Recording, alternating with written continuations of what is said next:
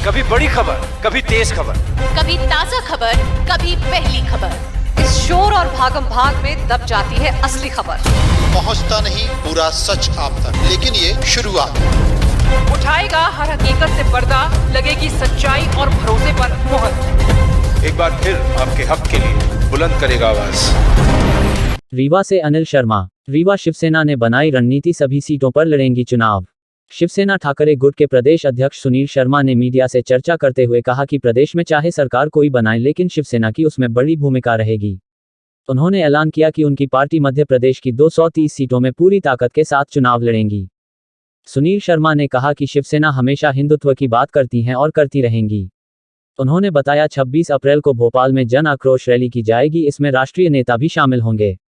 Rally के बाद आदिवासियों के लिए जल जंगल जमीन सुरक्षित करने, स्कूल मंदिर गोचर भूमि से अतिक्रमण हटाने, मंदिर के पास से मांस मदिरा की दुकान हटाने सहित कई जनहितैषी मुद्दों को लेकर राज्यपाल को मांग पत्र सौंपा जाएगा।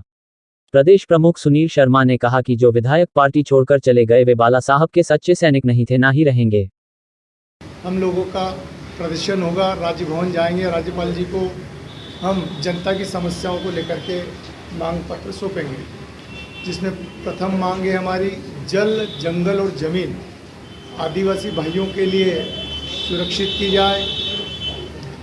आज देश के अंदर और प्रदेश के अंदर गौ माता की बात तो सभी करते हैं, गोरक्षा की, लेकिन गोरक्षा के लिए ठोस कदम कोई पार्टी अभी तक नहीं उठा पाई। इस प्रदेश के अंदर अपन देखेंगे तो लाखों बीघा ज़मीन गोचर के नाम से है, गोचर भूमि है, लेकिन कई भूमाफियाओं ने तो कई दबंग राजनेताओं ने इस पर कब्जा कर रखा है। तो हम शासन से मांग करते हैं कि गोचर भूमि पर जिनने भी अतिक्रमण कर रखा है तत्काल प्रभाव से अतिक्रमण हटवाया जाए और जिनने भी अतिक्रमण किया उनके खिलाफ कठोर कार्रवाई की जाए। दूसरा, मठ मंदिर की ज़मीनों पर कई जगह मैंने दौरा किया है और वहाँ कब्जे हैं लोगों के, तो वो भी अतिक्रमण हटाए, उससे कब्जे हटाए। और मांस मदिरा की दुकानें हैं मठ मंदिरों के पास में, उसको भी सरकार को तत्काल प्रभाव से हटाना चाहिए। जैसे खिलचीपुर का एक उदाहरण हमारे सामने है। कई जगह शमशान घाट की भूमियों पे भी कब्जे हैं, ये भी हमारी मांग है सरकार से कि शमशान घाट की भूमि से भी कब्जे हटाए जाए। कई जगह हम देख रहे हैं कि स्कूल कॉलेजों की ज़मीन पर भी भूमाफियाओं ने कब्जे कर लिए हैं, तो वो भी हम चाहेंगे कि सरकार हटाए। अगली मांग हमारी जो आंगनवाड़ी की माताएं बहनें आंदोलन कर रही सहायिका, उनका मानदेय फिक्स किया जाए और उनको पेंशन योजना दी जाए। दिग्विजय सिंह सरकार ने जो पेंशन योजना बंद कर दी है कर्मचारियों की, हम सरकार से मांग करते हैं कि जिस प्रकार राजस्थान ने, छत्तीसगढ़ ने शुरू की, इसे मध्य प्रदेश सरकार भी पुनः यहाँ कर्मचारियों की पेंशन फिर शुरू करें। इस प्रकार से 21 सूत्री मांगे लेकर के हम मध्य प्रदेश में पूरा दौरा कर रहे हैं और इन 21 मांगों के साथ हम लोग मध्य प्रदेश सरकार को जगाने के लिए राजभवन पर राज्यपाल जी को हम ज्ञापन देंगे। इसमें हमारे राष्ट्रीय नेता शिरकत करेंगे।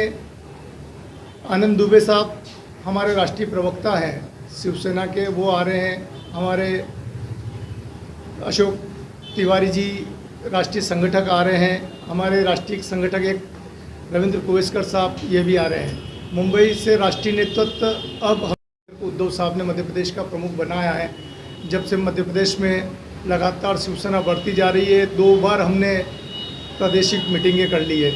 अभी मेरा दौरा उज्जैन संभाग, इंदौर संभाग, भोपाल संभाग, आपका ग्वालियर संभाग और सागर संभाग होते हुए रीवा संभाग में आया हूँ। पूरे प्रदेश स्तरीय दौरा करने के बाद मैंने ये आकलन भी लगाया और महसूस भी किया है कि आज मध्य प्रदेश में बीजेपी और कांग्रेस से जनता खफा है और बड़ा अपार उत्साह और जन समर्थन मुझे सभी दूर मिल रहा है। हम लोग 230 विधानसभा सीटों पर पूरी ताकत के साथ चुनाव में उतरेंगे और कुछ चुनिंदा सीट हमारी नज़र में है और जो भी आएगी उस पर पूरी ताकत के साथ उस पर फोकस करके हम चुन करके लेके आएंगे।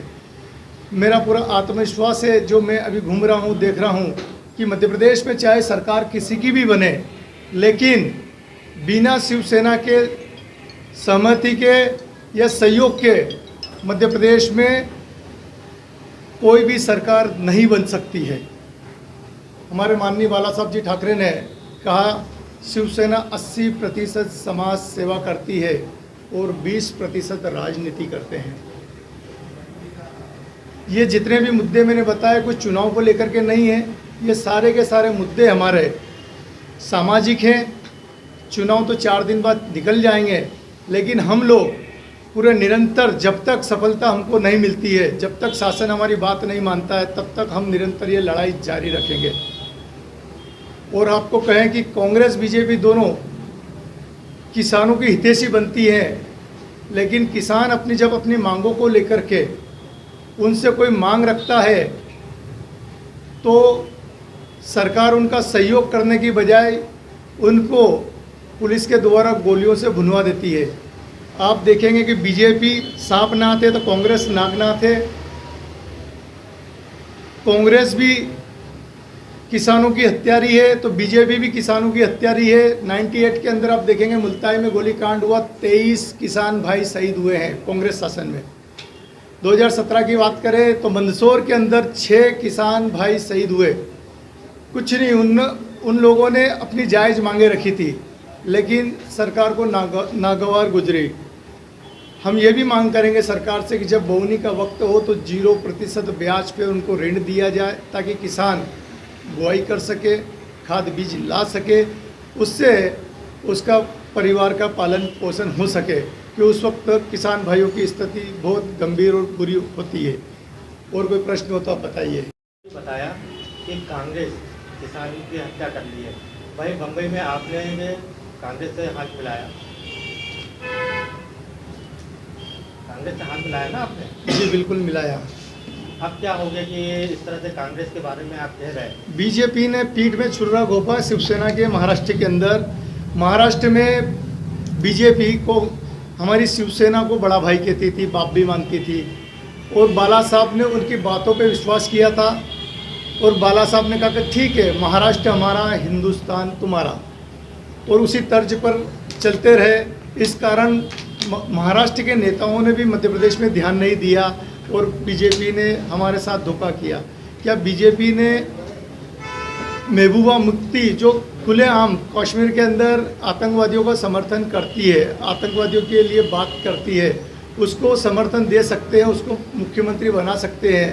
तो जो पूरे हिंदुस्तान के अंदर, क्या विश्व के अंदर हिंदू हृदय सम्राट जाने जाते हैं माननीय बाला साहब जी ठाकरे, क्या उनके पुत्र को जब बैठ कर के बात हुई तो क्या 2.5 साल के लिए शासन नहीं दे सकते? आप देशद्रोहियों के साथ सरकार बना सकते हो, देशद्रोहियों का समर्थन करने वाली महबूबा मुफ्ती का सहयोग कर सकते हो, लेकिन एक हिंदू वाली विचारधारा वाले व्यक्ति बाला साहब जी के पुत्र को उनके चले जाने के बाद उनको ही आंख दिखा रहे हो, क्या उनका समर्थन नहीं कर सकते हो? तो इस कारण मजबूरीवश वहाँ कांग्रेस से गठबंधन करना पड़ा, ये वजह रही। समर्थन वाली बात रही तो ये हमारे जो ऊपर से आदेश होगा उद्धव साहब का, माननीय उद्धव साहब का, वो हम करेंगे। वो तो ठीक है कि आप वो करेंगे, लेकिन अभी तो क्या मतलब पार्टी जो अभी आप कह रहे हैं कि कांग्रेस से खफा है जी, और कांग्रेस और बीजेपी से दोनों से खफा है, हम तो दोनों से खफा है। लेकिन ऐसी परिस्थिति आई सरकार बनाने की, और आएगी, आपको बता दे इस बार, तो जो हमारे ऊपर से आदेश करेंगे उद्धव साहब जी ठाकरे, उनका हम समर्थन करेंगे। पार्टी हो गई शिवसेना, एक उद्धव जी की और एक हो गई जी, इसमें कौन सी पार्टी जो आपकी हिंदुत्व की बात कर रही है? शिवसेना हिंदुत्व की बात करती थी, करती है और करती रहेगी।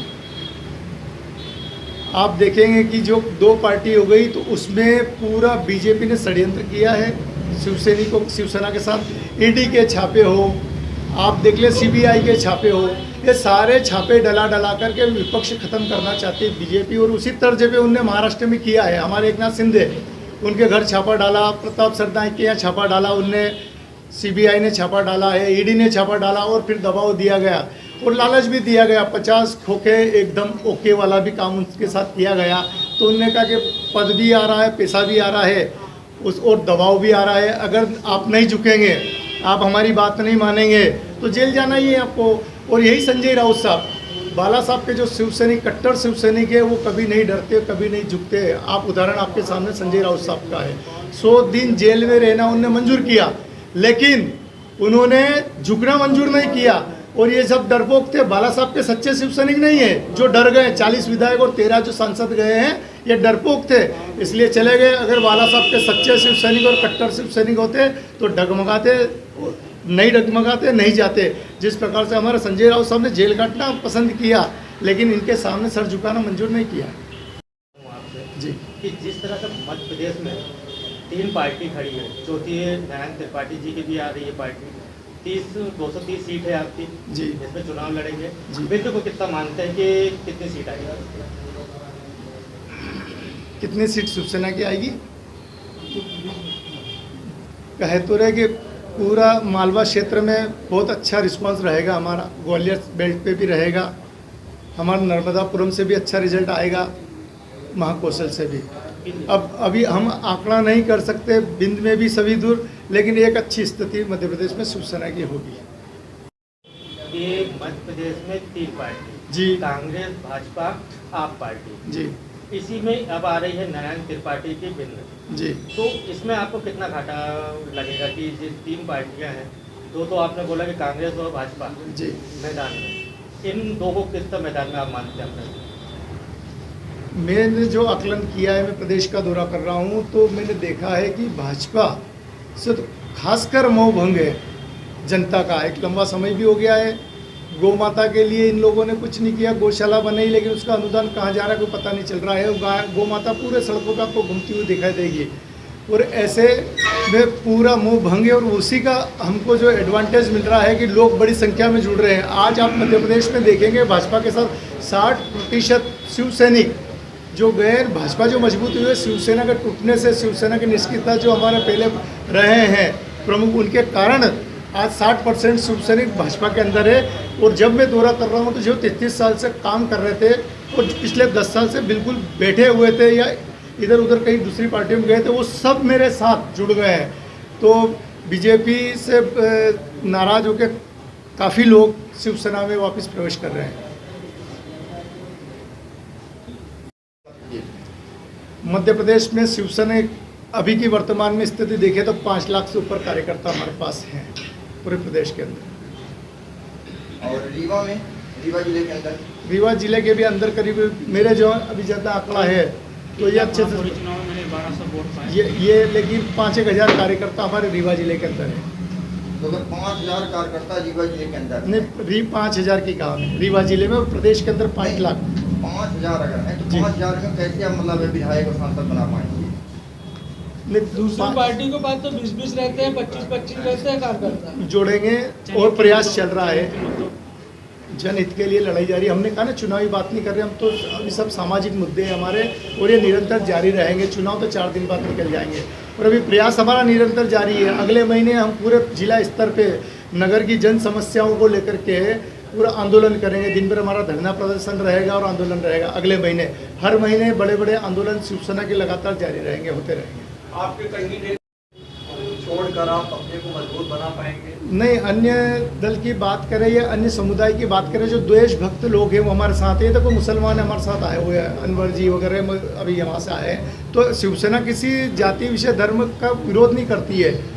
शिवसेना जो देशभक्त है, देशभक्तों की पार्टी है, देशभक्त हैं और जो हिंदुस्तान को अपना मानते हैं वो सब शिवसेना के सैनिक हैं।